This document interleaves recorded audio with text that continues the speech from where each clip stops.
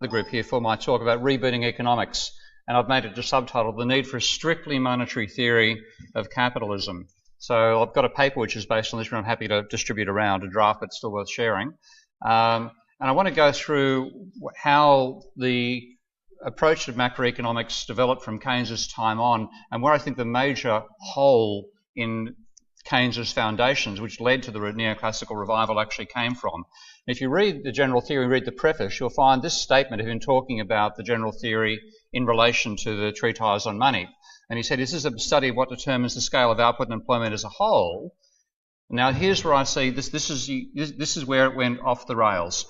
Whilst it's found that money enters in an essential and peculiar manner, said, technical details fall into the background.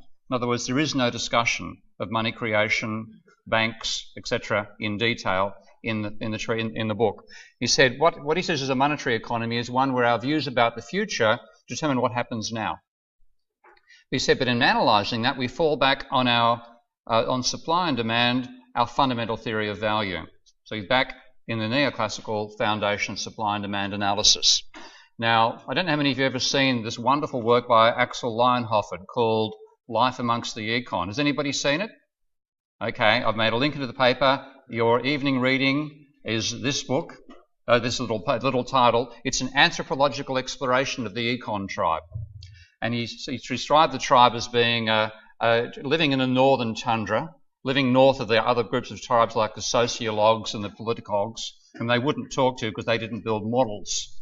And models are really important to them. And here are the two totems, the two totemic models of the tribe of the econ. The totem of the macro and the totem of the micro. ISLM and S&D. Yeah? Now, is it any wonder that that happened from Keynes' starting point by saying supply and demand is a fundamental theory of value? Well, even though I've been very critical of Hicks developing this theory, you can see reasons why this is part of what people could say is a legitimate extension of what Keynes argued in the general theory.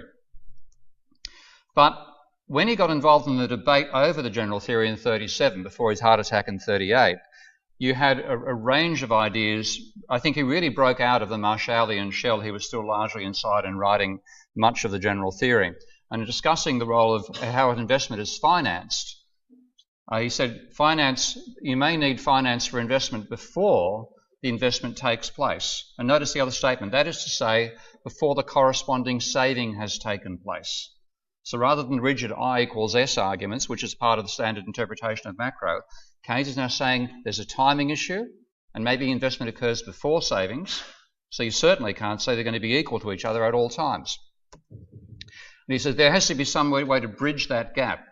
If you want to have investment before you've had the savings that will be generated by the investment, you have to have source of finance. Now he makes a statement here which I'm going to show as wrong later, but he said the service may, if it's true to say, be provided either by the new issue market, so issuing shares, or by the banks. He says which it is makes no difference. That's true to the individual entrepreneur and firm. It's not true to the economy. But he said if the entrepreneur avails himself by arranging overdraft before the bank, it'll be true the market's commitments will be in excess of actual savings to date. Now that's quite outside the I equals S arguments that still dominate how we think Keynes's macro is supposed to be done.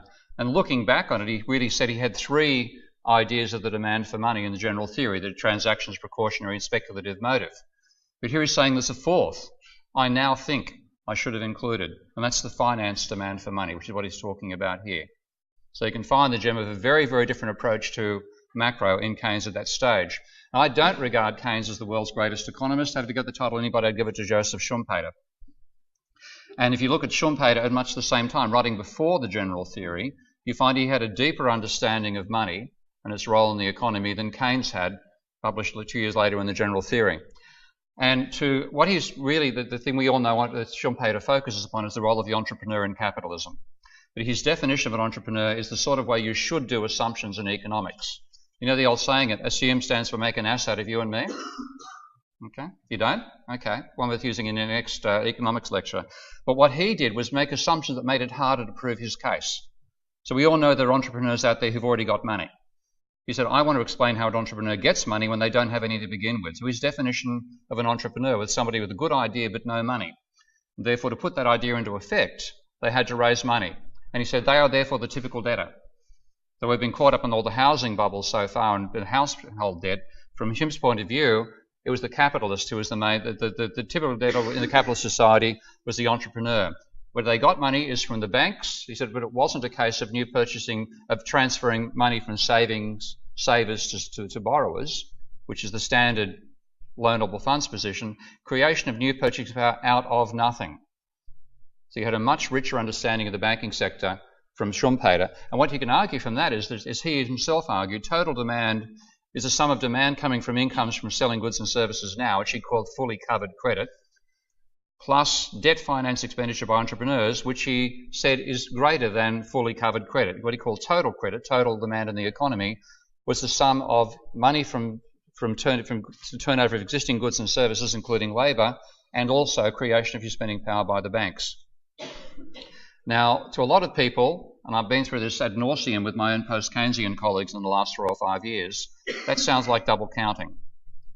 But one person we all know is the foundation now of the development of post-Keynesian economics is Minsky. And he struggled with this whole idea of how can you have debt finance demand adding to aggregate demand when at the same time when you measure income and you measure expenditure, they're identical. So he said if you look at this basic accounting identity, you can rewrite it as saying, the gap between savings and investment plus the gap between taxation and government is necessarily equal to zero. But he said the surplus is the difference between the receipts and expenditure. So you can now write an explanation saying overall the sum of all sectoral balances is zero, which is the large part of what you'd hear now of modern monetary theory. However, he then pointed out that is an after the event accounting identity. It's what you record after all the transactions have occurred. But he said each of those sets of transactions is the result of market processes where ex ante, before the event, saving investment plans are reconciled. Okay? So he's making a distinction between ex ante and ex post. So he tried to put this together in a mathematical framework, and what he concluded that if you're going to have growing demand, you must have rising aggregate demand over time. And he said for that to happen, while still getting sectoral balances overall, some sectors have to be financing their spending by emitting debt.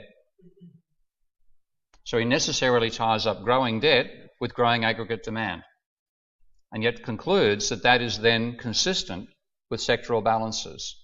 So this is in Minsky. Again, a lot of my post-Keynesian colleagues, I think, don't realise that this was an argument that doesn't come just from me initially. It comes from Minsky and Schumpeter. So taking a look at the ex-post situation, they'll say these are the result of spending being financed partially by debt. But in the end, the reconciliation will occur. You add up all the monies, you'll find income is equal to expenditure and recorded ex-post, but ex-ante they differ. So he's arguing that if you're going to have growing effective demand while still maintaining sectoral balances, part of that demand has to be financed by new money, and that new money, which is created by the banking sector, adds additional demand to the economy. So you have an inextricable link, and that's why I say we have to have a monetary theory of macroeconomics. Endogenous money and demand exceeding income are linked together. If you don't have endogenous creation of money, you won't have a growing economy. You can't analyse capitalism without analysing the process of growth. So we have to have a monetary vision of capitalism. Now, a bit of mathematics for you on the last day of the undergraduate year, I'm told.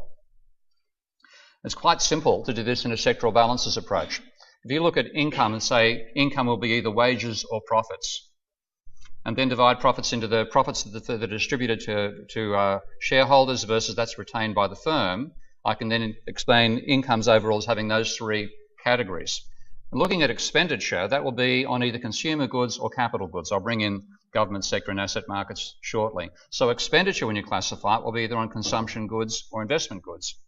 Now, there's two sources of demand for consumer goods. Workers can buy them or capitalists can. So if you look at consumption by workers, that'll be wages plus whatever change in debt workers have, and ditto for capitalists. Now, that change in debt can be positive or negative. Positive, you're accumulating more debt.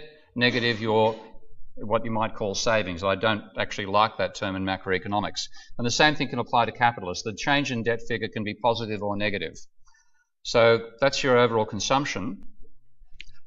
Let's put it all together with investment as well. So investment you can finance from retained earnings or by the firm sector borrowing money and spending that money into the economy. So investment will be retained earnings plus the change in the firm sector's investment debt, And that can also be negative. They can also pay that down as well as extending it. Now, putting the two equations together, there's expenditure. I'll expand out what consumption is. And let's do some cancellation. Rearrange the terms. So I've got the income at one part and the debt on the other. Subtract income from expenditure, and we get a few nice, simple cancellations. What you're left with, the gap between expenditure and income, is the change in debt. So expenditure is income plus the change in debt. Pardon, I've got a bit of a frog in my throat. Let's grab some water, perhaps. Thank you. Great. So that's the first stage of just looking at the goods market alone. Thank you. But it looks like double counting to people. And I think that arises because of a confusion between ex ante and ex post, where conventional thinking, including a lot of the modern monetary theory accounting balance approach, is after the event, ex post. So you're comparing recorded expenditure and recorded income, and you will necessarily find they're the same. But being in a demand-driven monetary economy, expenditure precedes income. And that's what Keynes realised as well in that debate he was having with Tinbergen and so on. He said he prefers to the third source of confusion, that investment decisions may involve a temporary demand for money before it is carried out. So planned investment has to accrue its financial provision before investment takes place. Now, that's the distinction we need to make. The reason we get confused is there is an equality of recorded income and recorded expenditure, even though they differ after the event. And the reason for this is that when we're looking in terms of wages and profits, that's a turnover of existing money. If you can regard it as a smooth process, turning over the existing money stock. But when debt's injected in, is when one of you goes shopping up in one of the shops in Cambridge, swipes your credit card, creates money which you then hand over to the vendor, creates debt which gets recorded against your bank balance. That is an instantaneous, discontinuous injection into that continuous flow. Now, after it's gone in, you've boosted incomes. Because you borrowed that money, you've increased the profit of the firm you've bought from. But if you hadn't borrowed the money, their profit wouldn't have gone up. So it's a timing issue. When you record it after the event, you'll find your recorded expenditure equals recorded income, where your change in debt has now become income for that firm. Let's go through the maths there. First of all, a visual picture. You can regard this flow here as being the flow of wage and profits over time. And that's income at time t, before the event, effectively. Then you have the change in debt when you go shopping at the credit card, and that is expenditure also at time t, where it includes that jump that's come in for the additional debt. When you record it, you're going to be recording going backwards to that point of discontinuity. And that's what you'll record. It'll be identical to expenditure. So that particular discrete event phenomenon in a continuous flow system is what's confused people about whether this is double counting or not. So you're looking backwards in time. And since you have a discontinuous function, you need to take the limit as it approaches that point from above when you're recording backwards as an accountant would do. So the limit from above is going to be this point. But the limit from below is going to be this point plus that bit. So expenditure at time t will be equal to income at time t recorded from after the event, which will be income at time t plus the change in debt. Now that's how you tie it all together. Now, there's also a wonderful trick of mathematics here, and I'm lucky to now be working with the Fields Institute, which is the world's leading applied mathematics centre, and the professor of mathematics there pointed out this little thing to me that I learned decades ago when I learned Lebesgue integration, but not living and breathing mathematics, I certainly didn't remember at the time. If you actually classify each of these bits, you've got income before the debt injection is going to be less than expenditure. But income after the time injection will be the same as expenditure. And therefore you can say expenditure now is recorded income now, working from backwards, which will be income now plus the change in debt. And the simple way to say it, expenditure is equal to income before the debt injection plus the debt injection. That's all there is to it. Okay? It looks like double counting when you don't look through it in a sophisticated way, but it's actually quite straightforward. So after the event, expenditure is income plus the change in debt. Before the event, pardon me. After the event, expenditure is equal to recorded income. They're quite consistent with each other. No error going on. So having sectoral balances and effective demand, I want to bring back the term effective demand now. This is suggested to be by Nathan Tankus. And I think it's a good idea. It's a term which has died out I want to grab it and use it for the idea of effective, meaning what actually affects change, which is income plus change in debt. And when you look at the mathematics as well, this is the point about the Lebesgue integration beforehand, what you have is a flow of expenditure and income which are identical, except at discontinuities where debt is injected. Now, if you're going to work out the overall expenditure over a period of time, you're actually integrating those two flows. And there's a rule of mathematics that functions that differ only at finitely many points of discontinuity must have identical integrals. So what people have been seeing out of the sectoral balances is simply that property of integration. Okay? So we can combine sectoral balance with income being expenditure being income plus change in debt. Now, if I generalise this further, and I'll go through this fairly rapidly given time constraints here, but it's all fairly simple logic. If you look at expenditure now including asset markets, and once we bring in finance into economics, we must also include that money is not just spent buying goods and services, it's both buying goods and services which are newly produced and existing assets. So you can't separate economics and finance anymore, they have to be integrated. So looking to say just by speculation on assets by capitalists only, just to make it simpler to do the notation, then they can speculate from distributed profits, which they use for speculation. So now breaking down that distributed profits into consumption plus speculation, or they can borrow money for speculation. So expenditure now is going to be, on assets, will be equal to the money they use from distributed profits to speculate plus the change in debt. And you get the same cancellations coming out of that. So you've got to start, again, from this expenditure being different from income.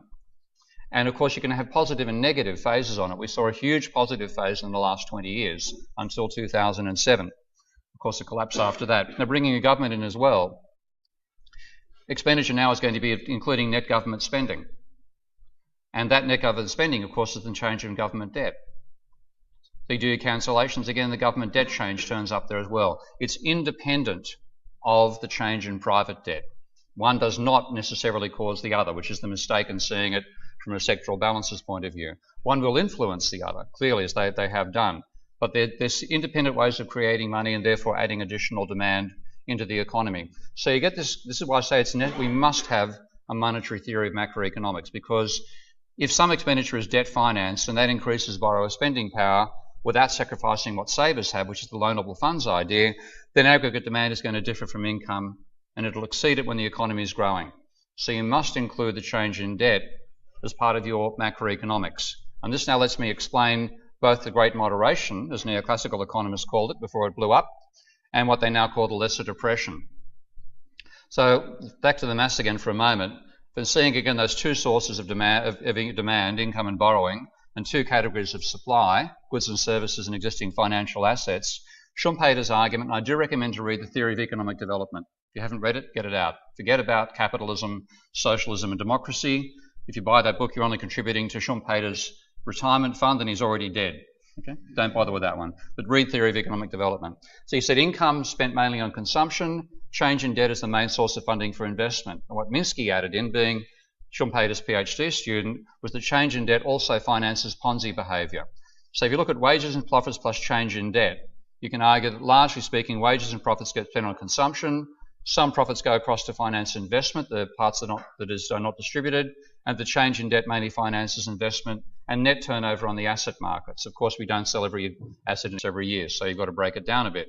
So those arguments, I can now say aggregate demand or effective demand, income plus change in debt, is going to be equivalent to GDP, expenditure on goods and services, plus net turnover in the asset markets. And again, you can break that down into the price of assets, the quantity, and the fraction that turn over in any time period. Now, looking at this in terms of both macro and finance, change in debt is going to have an impact on GDP. We clearly see that in the data. Whereas debt acceleration, if I now look at the rate of change of effective demand, then I now get an acceleration term turning up on the right-hand side, on the left-hand side in the demand source, and as well as affecting change in GDP, that's going to have a major link to change in asset prices. So that again explains why asset bubbles have to burst, because they're driven not by simply rising debt, but by accelerating debt. And not even debt, not even with Goldman Sachs' help, can accelerate forever. So you have to see breakdowns in asset markets. Now, taking a look at this, let's take a look at the American economy here. I can do the same thing for England, but in fact your data is even crazier than the Americans. The blue line is government debt, which is the thing all the politicians obsess about. And I'm pleased to say a lot of my neoclassical colleagues are equally agreeing with me and saying they shouldn't be worried about public debt right now. So that's one area where, across economics in general, you're getting agreement that there's an obsession driving what politicians are doing rather than any particular justifiable economic logic. On that one, Paul Krugman and I definitely agree. Dotted line is GDP. The red line is private debt. Now you can notice which one is bigger. Pretty bloody obvious.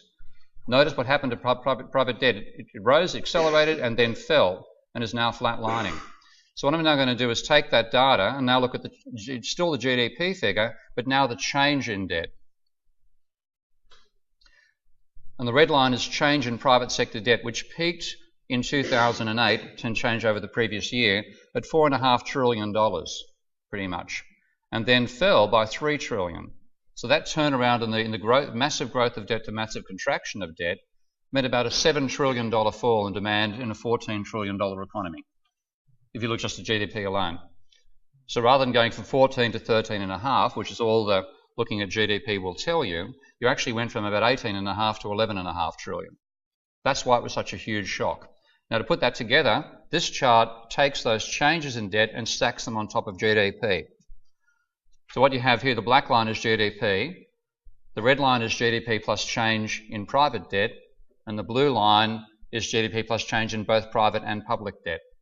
And now you can see why the crisis began when it did shortly after BNP shut down its funds that were exposed to the subprime market. Huge plunge. And then the gap between the two tells you the amount of government spending that's going on. It's about $500 billion up here when they were busy bombing the hell out of Iraq. Down here, $1.5 trillion when they're hitting the American economy with as much stimulus as they can manage, both because they have to, through a fall in revenue, but also through discretionary programs. At the moment, because the level of debt's flatlining, on an annual basis, there is no change at the level of private debt. That's why the red line now touches the black there. But that extra $1 trillion is coming in from government spending. And of course, they're now talking about knocking off half that on the 31st of December with a fiscal cliff.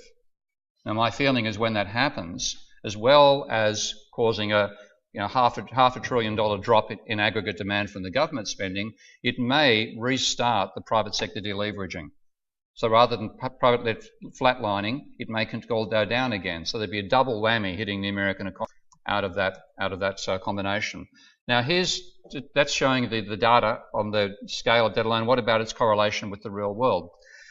Again, from a neoclassical loanable funds point of view, there should be no relationship between change in debt or level of debt or anything about debt and economic macro variables, except after we hit the zero lower bound, which is Paul Krugman's proposition and the argument he had with me, and the proposition he also makes in End This Depression Now.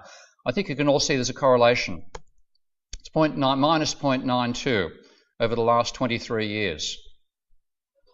You don't get correlations that high unless you're talking something causal as well, across that range of phenomena.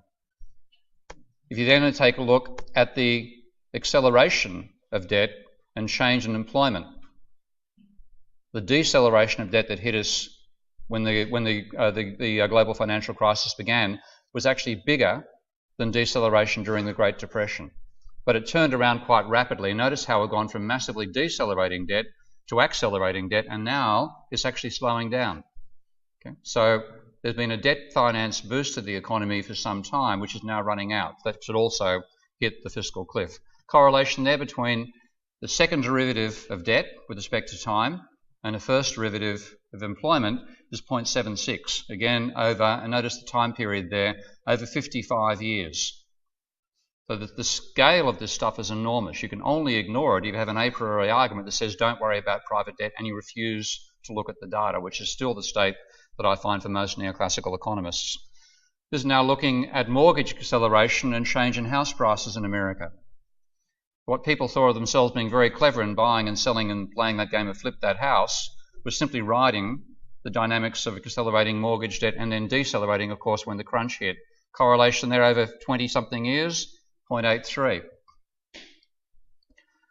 And the Dow Jones, even given all the volatility we know is built into the stock market, when you look at the annual change in the Dow Jones and the acceleration of debt, you get a reasonable correlation there as well. But of course that's just looking at all debt. Of course we don't use all debt to gamble on the stock market. I couldn't find American data on specifically stock market oriented debt, but I did find Australian. And here's the acceleration of margin debt in Australia and change in the Australian stock market index. Correlation 0.8 over a 10-year period, 11 years.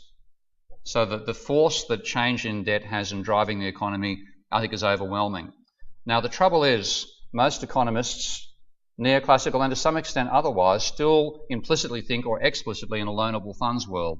And this is Krugman in his debate with me. Now, I love him for this line, because I used to go blue in the face trying to convince people that neoclassical economists include neither debt nor banks nor money in their modelling. Now, I can just quote a Nobel Prize winner. Much easier on me.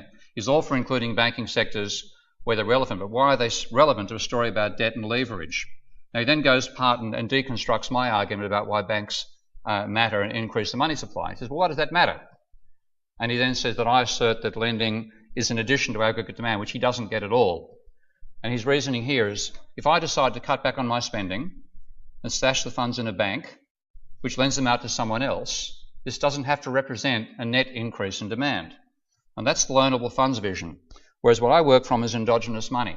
And one of the best statements was actually made by a vice president of the New York Fed fighting a rearguard action, trying to stop them following monetarism back in the days when Milton Friedman was thought to be really cool, back in the late 1960s. And he said, in the real world, banks extend credit, creating deposits in the process, and look for the reserves later. In other words, you can't control the lending by bank reserves. So what you've got with the standard neoclassical vision, this is the idea of a patient agent with lots of money, an impatient agent with none, and the patient lends to the impatient, and overall the patient has less spending power now, impatient has more spending power, only a marginal change in aggregate demand, and banks you can ignore. That's the conventional neoclassical picture. My picture is rather more like this. You have an entrepreneur who approaches the bank for a loan, and the bank says, that's a great idea, here's $1 million, and by the way, you owe us $1 million. A simultaneous creation of both debt and new money, which then is spent into the economy. And that was Holmes's point. In the real world, banks extend credit, creating deposits in the process, the simultaneous creation process, and look for the reserve later. So you get additional spending power in the economy, which does not sacrifice the spending power of existing agents, and therefore aggregate demand is greater than income alone. So you have to include change in debt in macroeconomics as a major source, an essential source of aggregate demand. Pardon my animation not being right here. But I've now put this together in a software package, which I'd like you all to have a download and a play of, called Minsky. It's open source and free software. And what it lets me do is create a bank as part of a dynamic modeling tool. I'll show you this in a moment. And you then put what the flows are going into the bank, and the accounts come out the other end. And you can tie that into a model which should be either strictly monetary, or monetary and physical, or a combination of the, or just physical alone. So if I now put Paul Krugman's vision into this, I have a patient agent lending to an impatient agent. Now, of course, neoclassical economists don't have model of banks. So I had to invent what Paul Krugman's model would look like. And the idea being to have both patient agent and impatient agent and workers all having bank accounts, which are liabilities of the banking sector.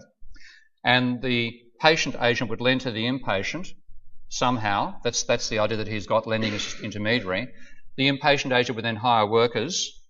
The workers would produce output, and then all the various social classes, including the impatient agent, consume. And you put it together in the model.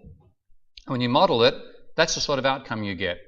The amount of money turns up mainly in the impatient agent's hands, goes down in the patient's, and the aggregate demand flatlines. And then you can change the parameters of lending as much as you like. You have very little impact on GDP. It's at the margin. But if I put together my model, where I have banks making a loan from the asset side to the liability side, and here's another blind spot that gets in the way of neoclassicals understanding that. They say because assets equals liabilities, you can forget about them. Doesn't matter. Rise them both, who cares? But money is a liability of the banking sector to the non-bank parts of the economy. Therefore, a balanced rise in the assets and liabilities of the banking sector adds additional money to the economy, increases aggregate demand. So you can't ignore it just because of that balance item. So I put that together in my approach. So I've now got the banking sector doing the lending to the firm sector, firm then hiring workers, workers producing output, and the firm sector they're still borrowing from the patient agent, pay the agent dividends, and they all consume. When I put that together, I get a model like this, where aggregate demand rises over time. And if I change the lending parameters, which I can do over here, I'll show you that in a simulation shortly if I have any time. Cautious about that. Okay. Then you get a very, very different world. Lending matters dramatically. So I've embedded that model inside this presentation here. So what you then find is when you link, if you then link your monetary world to your physical world, because the money flow of wages buys a certain number of workers, the money flow of investment buys new capital goods, you can tie the two together, and you then get a link system with price dynamics and wage dynamics turning up as well. All the stuff we normally implicitly do, you instead do explicitly. So I tie that all together. I've got Phillips curve arguments as well as investment decisions by firms, lending by banks, and debt repayment. And what I get out of it is a cyclical system. Now that again is something economists haven't got their heads around. They think cycles are imposed by behavioural assumptions and so on. No, the cycles we see in the real world and cycles we get in models that are properly specified, dynamic models, are the product of innate nonlinearities. If you multiply wages by labour, you've got effectively a semi-quadratic. Putting the two together as variables, you've then got a nonlinearity at the heart of your model. So when I bring in nonlinear relationships in my modelling, it isn't to generate the cycles, it's to restrain them so they're in sensible bounds. And what you get out of it, when I put the model together, this is the full model that comes out of the system I'm talking about right now, which is sitting and has been sitting for over 2 years now in the Journal of Economic Behaviour and Organisation, but it's turning up in the Economic Record sometime early next year, I'm pleased to say. What you get is a model that generates cycles. So this is the stylized data now for the American economy. I've taken the data and smoothed it to show you unemployment, inflation, and the part that neoclassical theory ignores, the debt to GDP ratio. When I run my model, without having calibrated it yet, that's the sort of dynamics I get. And my objective is to get qualitatively close to the behaviour of capitalism. I think trying to be empirically accurate in future predictions is naive in a complex system and close to impossible anyway. What we should be trying to do is get models that have the same qualitative behaviour as the social system in which we live. And as Minsky put it decades ago, that to analyse capitalism, you must have a model which can generate a Great Depression. If you haven't got a model that can do that, you haven't got a model of capitalism. And that's fundamentally, I think, the problem with neoclassical economics. It can't generate a crisis unless it blames the Federal Reserve. And of course, guess who's running the Federal Reserve? There's a certain justice in that. Now, I've since taken the model. I haven't written a paper about this yet, but I have built the model to the stage where it's multi-sectoral. So I've got input-output dynamics, sectors needing to buy outputs of other sectors to produce their own outputs. And what I get out of that, again, is an inherently cyclical economy. So I think we can actually do what Volra tried to do by not doing what Volra did and assuming there's equilibrium. We have to abandon the obsession with equilibrium to get to the stage where we have a decent theory of economics.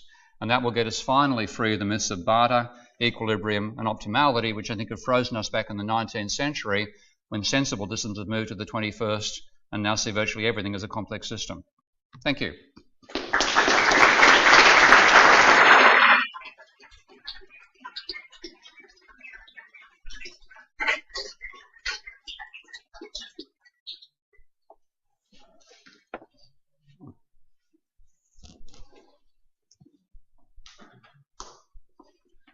Yep, sure. Yeah, no problem. Let's see.